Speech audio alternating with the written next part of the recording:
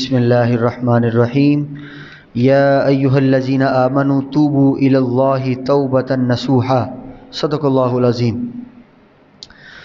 ہم توبہ کا باب ذکر کر رہے ہیں۔ امام نووی نے اس باب کے اندر جو احادیث ذکر کی ہیں ان کا سلسلہ جاری ہے۔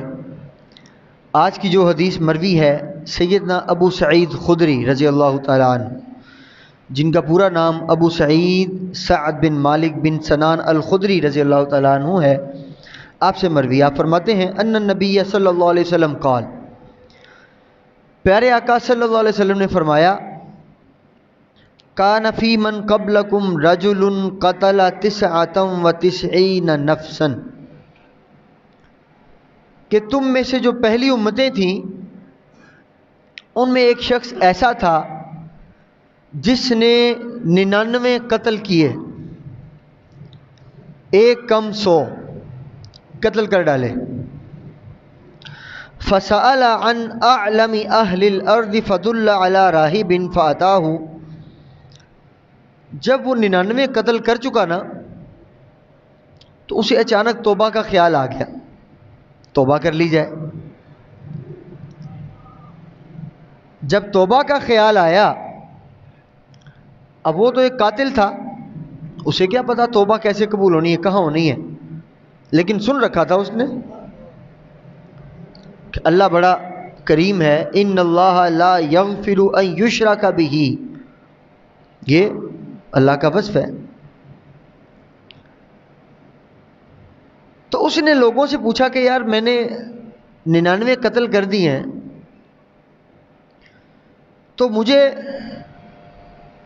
کسی ایسے شخص کے بارے میں بتاؤ جو سب سے بڑا عالم ہو، اعلم اہل الارض، سب سے بڑا عالم۔ اس نے لوگوں سے پوچھا، فدل علی راہب، تو لوگوں نے، چونکہ یہ اسلام سے پہلے کی بات ہے، تو لوگوں نے اس کی رہنمائی کی ایک راہب کی طرف کہ جاؤ فلاں جگہ ایک راہب رہتا ہے۔ راہب بنی اسرائیل کے جو علماء ہوتے تھے ان کو راہب کہا جاتا تھا۔ فَأَتَاهُ فَقَالَ إِنَّهُ قَتَلَ 99 نَفْسًا فَهَلْ لَهُ مِن تَوْبَةٍ، وہ کہنے لگا راہب سے کہ جی میں نے 99 قتل کر دیے ہیں۔ کتنے قتل؟ 99، ایک کم 100 قتل میں کر چکا ہوں۔ فَهَلْ لَهُ مِن تَوْبَةٍ، تو کیا کوئی توبہ کی امید ہے اس کے لیے، کیا اس کی توبہ قبول ہو سکتی ہے؟ یعنی 99 قتل کر چکا ہوں تو کیا فَهَلْ لَهُ مِن تَوْبَةٍ، کیا اس کی توبہ قبول ہو سکتی؟ فَقَالَ لَا، راہب نے جب سنا 99 قتل کیے، ادھر تو ایک قتل معاف نہیں ہوتا۔ ابھی ہم آخر میں یہ قتل کا مسئلہ تھوڑا سا ڈسکس کریں گے، شریعت میں اس کا کیا حکم ہے، کیا اس کی اقسام ہے۔ یعنی یہاں تو ایک خون معاف نہیں ہے اور تم نے 99 کر دیے۔ فقال لا، تیری توبہ قبول نہیں ہو سکتی ہے۔ فقتلہ فکمل بہ 100، جب اس نے یہ سنا نا کہ توبہ تو قبول ہونی نہیں ہے، اس نے اس راہب کو بھی قتل کر ڈالا اور پورے 100 قتل کر دیے۔ یعنی وہ قاتل تھا، مجرم تھا، جاہل تھا، علم والا تو تھا نہیں، خوف خدا کہاں سے آتا۔ اس نے جب یہ سنا جب توبہ قبول ہی نہیں ہونی تو کیوں نہ 100 کا نمبر پورا کیا جائے، اس نے اس راہب کو بھی قتل کر ڈالا اور 100 قتل جو ہے اس نے اب کر چکا ہے۔ ثم سأل عن اعلم اہل الارض، جب 100 قتل کر چکا پھر اس نے پوچھا کہ یار کوئی ایسا شخص بتاؤ جو دنیا میں سب سے بڑا عالم ہو۔ فدل علی رجل عالم فقال انه قتل 100 نفس فهل له من توبۃ فقال لا، پہلے اس کو راہب کی طرف بھیجا تھا لوگوں نے، اب فدل علی عالم، یہ رسول اللہ صلی اللہ علیہ وسلم کے الفاظ ہیں، پہلے راہب اب عالم۔ اس کا مطلب ہے کہ ایک عالم کے اندر اور ایک راہب کے اندر اس دور میں فرق تو تھا۔ یہ بات چونکہ حدیث کے الفاظ ہیں، یہ بتانا اس لیے ضروری ہے کہ آج کے دور میں بھی عالم دین کے اندر اور کچھ نام نہاد جو اپنے آپ کو عالم تو کہتے ہیں لیکن علماء نہیں ہوتے ہیں، بس ان کو ہم کیا نام دے سکتے ہیں؟ اللہ ہم سب کو ہدایت دے۔ پہلے راہب کی طرف اس کو بھیجا، راہب نے کہا اپنی توبہ ہے ہی نہیں، اس نے اس کو بھی قتل کر ڈالا۔ اب اس کو رہنمائی کی گئی عالم، ایک عالم دین کی طرف، جو بھی اس دور کا اس دین کا عالم دین تھا، اس کی طرف رہنمائی کی گئی۔ جب اس کی طرف رہنمائی کی گئی، اس نے کہا دیکھیں جی 100 قتل کر دیا میں نے، فَهَلْ لَهُ مِن تَوْبَةٍ، تو کیا میری توبہ قبول ہو سکتی ہے؟ فَقَالَ نَعَمْ، اس نے کہا بالکل ہو سکتی ہے، کیوں نہیں ہو سکتی؟ وَمَن يَحُولُ بَيْنَهُ وَبَيْنَ التَّوْبَةِ، وہ عالم دین کہنے لگے کہ بھائی تمہارے درمیان اور توبہ کے درمیان کون حائل ہو سکتا ہے؟ بالکل توبہ قبول ہو سکتی ہے۔ اب وہ کہتے ہیں انطلق الی ارض کذا و کذا فإن بها اناسا يعبدون اللہ تعالی فاعبد اللہ معهم، اچھا اب ایسا کرو، یعنی وہ عالم دین نے اس کو کیا کہا کہ ایسا کرو، توبہ تو تمہاری قبول ہو سکتی ہے، ممکن ہے، فلاں جگہ پہ چلے جاؤ، وہاں پہ کچھ لوگ رہتے ہیں جو اللہ کی عبادت کرتے ہیں، کچھ لوگ رہتے ہیں جو اللہ کی، اب سوال یہ ہے عبادت تو عالم دین بھی اللہ کی کرتے تھے، کیا وہ عالم دین ایسی بن گئے تھے؟ اللہ کی عبادت کرتے تھے تبھی تو عالم دین بنے، لیکن وہ عالم دین ان کو کہاں بھیجنے کہ ایک جگہ پہ چلے جاؤ، وہاں کچھ لوگ رہتے ہیں یعبدون اللہ تعالی، جو اللہ کی عبادت کرتے ہیں۔ شارحین نے یہاں لکھا ہے عبادت گزار تو وہ خود بھی تھا، وہ جو عالم دین تھا عبادت گزار تو خود بھی تھا، اس نے اس کو بھیجا کہاں کی طرف؟ سرزمین اولیاء کی طرف، کہ جہاں اللہ کے اولیاء رہتے ہیں۔ یہ بات بڑی سمجھنے والی ہے، آج کے دور میں یہ اولیاء اللہ کے مزارات جو ہیں یہ باعث برکت ہیں، رحمت ہیں، ہمیں تو پتہ ہے، لیکن لوگ خواہ مخواہ کے اعتراضات اور باتیں جو بھی کرتے ہیں۔ بہرحال یہاں رسول اللہ صلی اللہ علیہ وسلم فرما رہے ہیں اپنی حدیث شریف کے اندر کہ عالم دین نے اس کو کہاں بھیجا؟ ان لوگوں کی طرف جو ہر وقت اللہ کی عبادت کرتے رہتے ہیں۔ شارحین نے لکھا ہے کہ وہ اللہ کی عبادت کرنے والے کون لوگ ہیں؟ اللہ کے نیک صالح بندے، اللہ کے اولیاء، اللہ کے مقربین۔ تو یہاں سے پتہ چلتا ہے کہ اولیاء اللہ کی بارگاہ میں جانا احادیث سے ثابت ہے، اس میں کوئی بڑا مسئلہ نہیں ہے، اللہ کے مقرب بندے ہیں۔ انسان توبہ، اچھا اب سوال یہ ہے مزے کی بات، توبہ کس نے قبول کرنی ہے؟ رب نے۔ توبہ کس نے قبول کرنی ہے؟ اللہ نے کرنی ہے۔ اب وہ عالم دین تھے، اس نے یہ کیوں نہیں کہا نہیں بھائی دیکھو اللہ نے توبہ قبول کرنی ہے، سجدے میں پڑ جاؤ، گناہ کو معافی مانگو، اللہ سے توبہ قبول کرو؟ نہیں، حالانکہ توبہ کرنی بندے نے ہے، قبول اللہ نے کرنی ہے، اور وہ اس کو کیا کہہ رہے ہیں بھی فلاں جگہ پہ چلے جاؤ، وہاں لوگ اللہ کی عبادت کرتے ہیں، تو عبادت تو ہر جگہ ہوتی ہے اللہ کی۔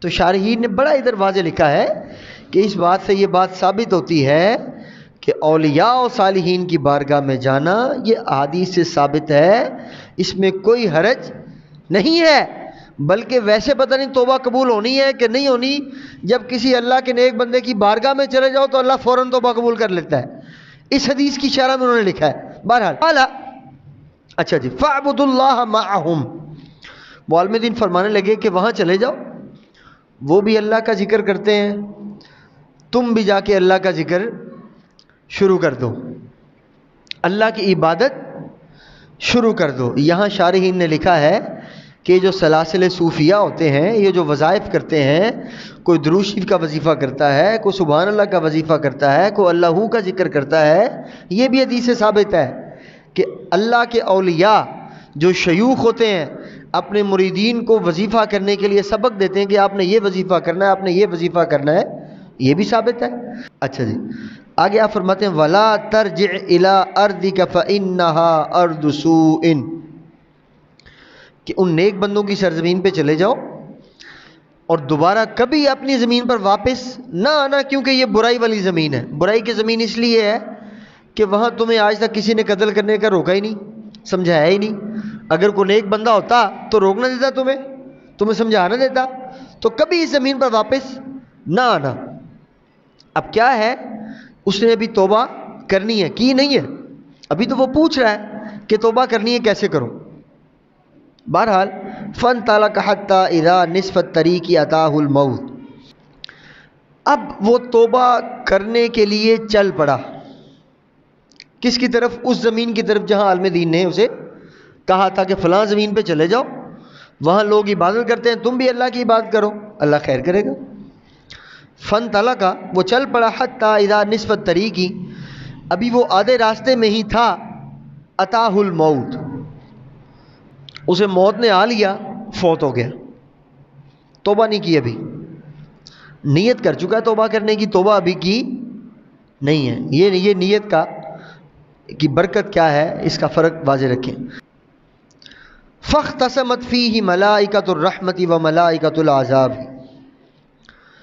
جیسی موت واقع ہوئی، اب یہاں ایک اور بڑا عقیدے والی سمجھ، بڑی مزے کی حدیث ہے، بڑے عقائد کو یہاں پہ رسول اللہ صلی اللہ علیہ وسلم نے واضح کیا ہے. فاختصمت فیہ ملائکۃ الرحمت و ملائکۃ العذاب. اسرائیل علیہ السلام نے جان تو نکال لی، اب جو روح ہے، ہم اکثر علماء کو سنتے ہیں کہ جیسے انسان کی روح نکلتی ہے اس جسم سے، اب یا تو وہ نیک روح ہوگی یا وہ گناہگار روح ہوگی.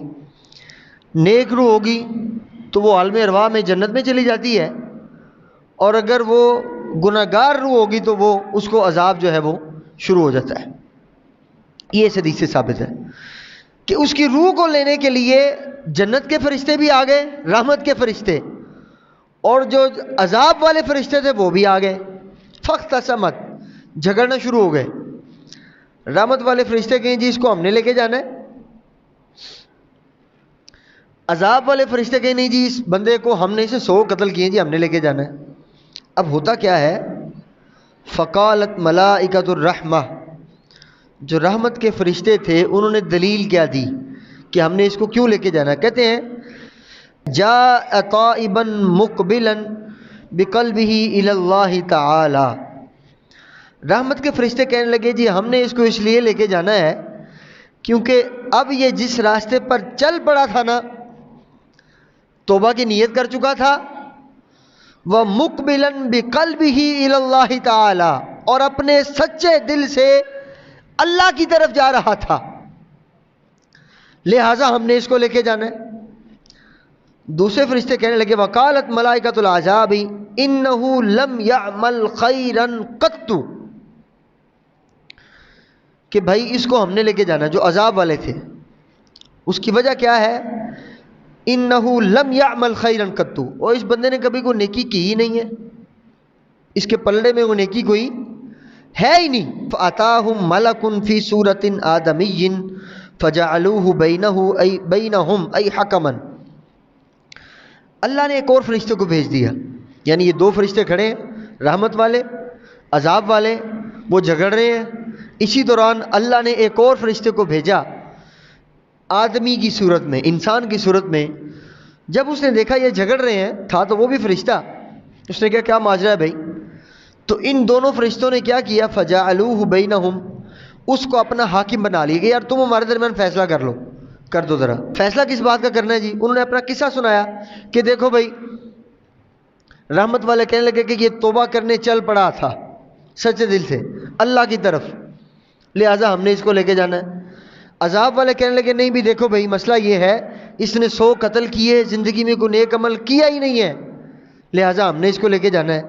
تو اس نے کہا فقالا، تو وہ جس کو انہوں نے جج بنایا یا حاکم بنا لیا، فقالا قیسوا ما بین الارضین فإلی ایتہما کان ادنی فہو لہ. اس نے کہا اچھا ایسا کرتے ہیں، وہ بھی اللہ کا فرشتہ تھا، حکم تو رب کا ہی لے کے آیا ہوا تھا، اپنی مرضی سے کچھ کہنے والا نہیں ہے.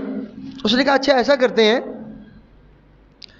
دونوں زمینوں کو، یعنی ایک زمین وہ جدھر سے یہ چلا تھا اور ایک زمین وہ جدھر اس نے جانا تھا، دونوں کے فاصلے کو ناپ لیتے ہیں،